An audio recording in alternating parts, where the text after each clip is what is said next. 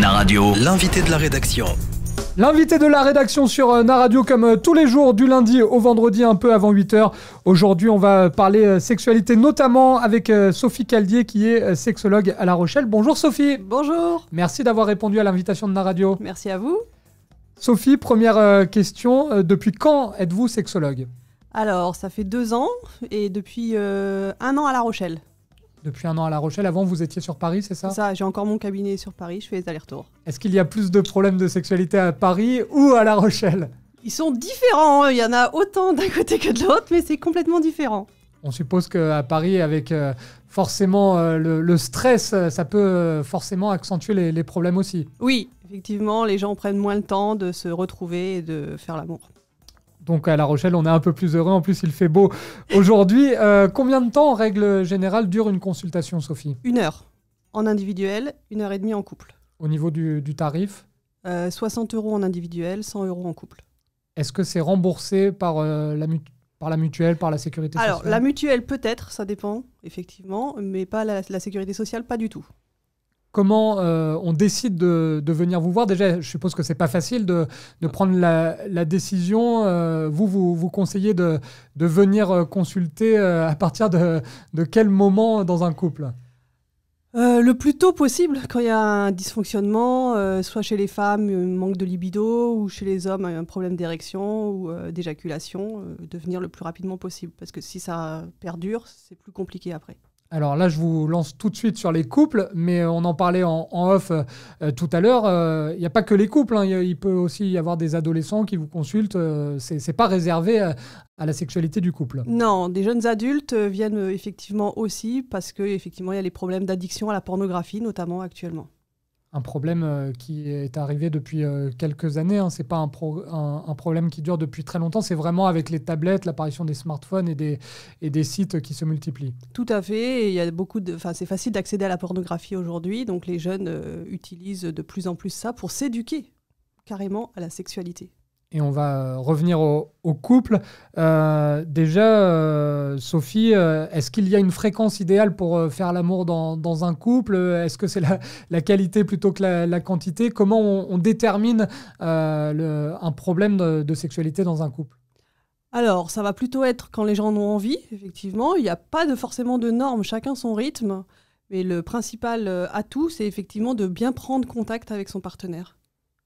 Souvent, on a la question qui se pose, est-ce qu'un couple peut fonctionner sans sexualité ? Ça paraît compliqué quand même. Alors, il y en a actuellement des gens qui se disent asexuels, et c'est une nouvelle catégorie, aussi bien que les bisexuels, hétérosexuels, homosexuels. Mais le sexe, c'est quand même le ciment du couple. Un des piliers du couple également. Est-ce qu'on peut avoir une technique ? Est-ce que vous avez une technique pour éviter la routine dans un couple ? C'est vraiment déjà faire très attention l'un à l'autre. Il n'y a pas forcément besoin de week-end extraordinaires ou de vacances babelouettes, c'est pas la peine.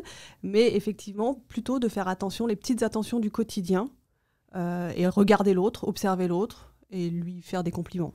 Déjà, vous nous disiez que la première chose, ou presque, que vous conseillez pour un couple qui vient vous voir, c'est de commencer la séance en se tenant la main. Oui, alors c'est pas forcément je commence pas la séance en leur disant faut vous tenir la main, mais petit à petit j'y viens parce que en fait effectivement quand il y a un manque de sexualité, un manque de désir, il y a aussi un manque de tendresse. Et la priorité pour les couples, c'est de pouvoir retrouver ce contact physique. Et au départ, juste se tenir la main, c'est déjà énorme, mais se concentrer, c'est-à-dire ressentir ce qui se passe quand on se tient la main. Est-ce que dans le couple, généralement, il y a un élément moteur qui décide de venir ? Est-ce qu'il y en a un qui vient à reculons ? Ou est-ce que vraiment, dans la plupart des cas, les couples viennent avec la même volonté de venir vous voir ? Alors non, il y a toujours un élément moteur. Peu importe, ça peut être l'homme, ça peut être la femme. Ça, c'est pas vraiment, il n'y a pas de... c'est égal. Mais effectivement, il y en a toujours un qui constate qu'il y a un problème dans le couple, qui tire le signal d'alarme, et du coup, ils viennent consulter. Et celui qui traîne au départ, le but, c'est effectivement de le faire adhérer à la thérapie. Une consultation, on l'a dit, dure 1 heure. Mais 30 en couple 1h30 en couple, 1h30 en couple et 1 heure en individuel. Généralement, on met combien de temps quand on est sexologue comme vous à régler les problèmes ? Il faut combien de consultations en moyenne ? Ça dépend au départ si c'est qu'un problème sexuel. Donc là, ça peut prendre 5, 6, 10 séances. S'il y a un problème de communication avec des conflits lourds derrière, ça peut prendre beaucoup plus de temps. On va avertir les gens, il suffit pas d'une consultation, on arrive et hop, c'est réglé et on repart comme en 40. Non, et il y en a qui viennent qu'une fois et qui reviennent pas, malheureusement. Bon, après, je sais pas du tout ce qu'ils deviennent du coup. Alors, il n'y a pas longtemps, Sophie, il y avait la Saint-Valentin qui fait toujours débat. Hein. Chaque année, il y a le débat. Il y a les couples qui disent on s'en fiche, c'est une fête commerciale. D'autres qui profitent de cette fête pour aussi se retrouver, se faire des petites attentions. Vous, votre avis en tant que sexologue, est-ce que c'est une fête qui est importante ? Ça peut être bien pour relancer quelque chose. Mais la Saint-Valentin, c'est 364 jours par an. Et à la rigueur, le 14 février, on évite de le faire. Parce qu'effectivement, on sait que tous les menus sont plus chers, toutes les sorties sont plus chères. Mais c'est relancer la machine peut-être avec la Saint-Valentin. Ça peut être quelque chose de bien. Autre événement qui actuellement attire un petit peu les Rochelais, parce qu'on voit des pancartes un peu partout dans La Rochelle, c'est le salon de l'érotisme qui va arriver dans la ville le week-end du 10 mars. Est-ce que ça peut être aussi un moyen un petit peu de changer les habitudes dans son couple, d'aller acheter des objets, aller au salon de l'érotisme pour essayer un petit peu de mettre du piment dans son couple ? Ça peut donner des idées, mais au départ, s'il n'y a plus de sexualité, il ne faut pas forcément repartir directement sur ça. Parce que c'est peut-être parfois vécu violemment, notamment pour les femmes, quoique en même temps, avec certains objets. Enfin, moi, les sextoys, je vais plus les conseiller pour les femmes seules, pour se réadapter à leur corps, pour les réutiliser, pour reprendre du plaisir seul, avant de pouvoir l'offrir, ce plaisir-là, avec son partenaire, enfin, de se l'offrir avec son partenaire. Alors ce matin, vous étiez l'invité de la rédaction.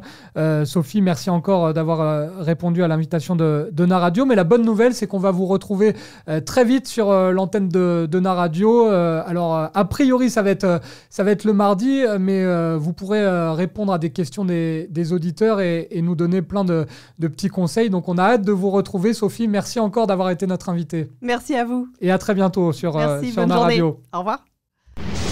Naradio, l'invité de la rédaction.